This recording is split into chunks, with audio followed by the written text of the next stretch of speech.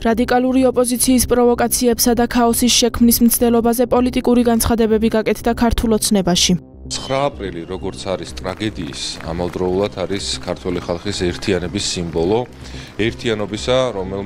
როდესაც ქართველმა ხალხმა ხმა აღიმაღლა უცხოური ძალის წინააღმდეგ, მონობის წინააღმდეგ, დავალების მიცემის წინააღმდეგ და გამოაცხადა პირველად, რომ დამოუკიდებლობა გვსურს, რასაც რა თქმა უნდა შემდეგ უკვე რამდენიმე წელიწადში მოყვა დამოუკიდებლობის გამოცხადება. სიმბოლური დღე არის და ამ დღეს ქართველმა ხალხმა რა თქმა უნდა შეძლოს, რომ ვიყოთ ერთიანები, მაგრამ ჩვენ ვხედავთ, რომ ისევ და ისევ გარედან დავალება მიღებულმა ადამიანებმა, მათ შორის რუსმა ესტრადის თუ რუსმა ბანმა ბურჭულაძემ დააორგანიზა ისეთი მოძრაობა, რომელსაც ახლა ჩვენ ვხედავთ 9 აპრილის მემორიალთან, სადაც მაგალითად მიაცილეს უცხოელი ელჩები, გაუხსნეს კორიდორი, ხოლო სამაგიეროდ ახლა სურთ რომ პროვოკაციები მოაწყონ და ჩვენ არ ვაძლევთ არავითარ საშუალებას რომ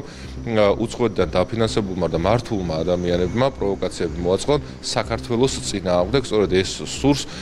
უცხო ძალას ჩვენს ქვეყანაში, რომ ქართველი ხალხი ერთმანეთს გადაკიდოს და ჩვენს ქვეყანაში უბედურება დატრიალდეს. ჩვენ უბედურებები დავამთავრეთ და ქართულ ხალხთან ერთად ქართული ოცნება უზრუნველყოფს, რომ დიახ, 9 აპრილს დაღუპულთა სულების ეციდან იყურებოდნენ და დამოუკიდებელი და სუვერენული ქვეყანა დაუტოვოთ ჩვენს შვილებს და ჩვენს შთამომავლობას. 9 აპრილი გახლავთ ერთი მხრივ ტრაგიზმით და მეორე მხრივ ღირსებით ახსავსე დღე, რომელიც იყო, არის და დარჩება ერის ერთიანობის, კონსოლიდაციის დღე და ხსოვნან თავისუფლების სამსხვერპლოზე შეწირული ადამიანებისა მოითხოვს სწორედ იმას, რომ ერი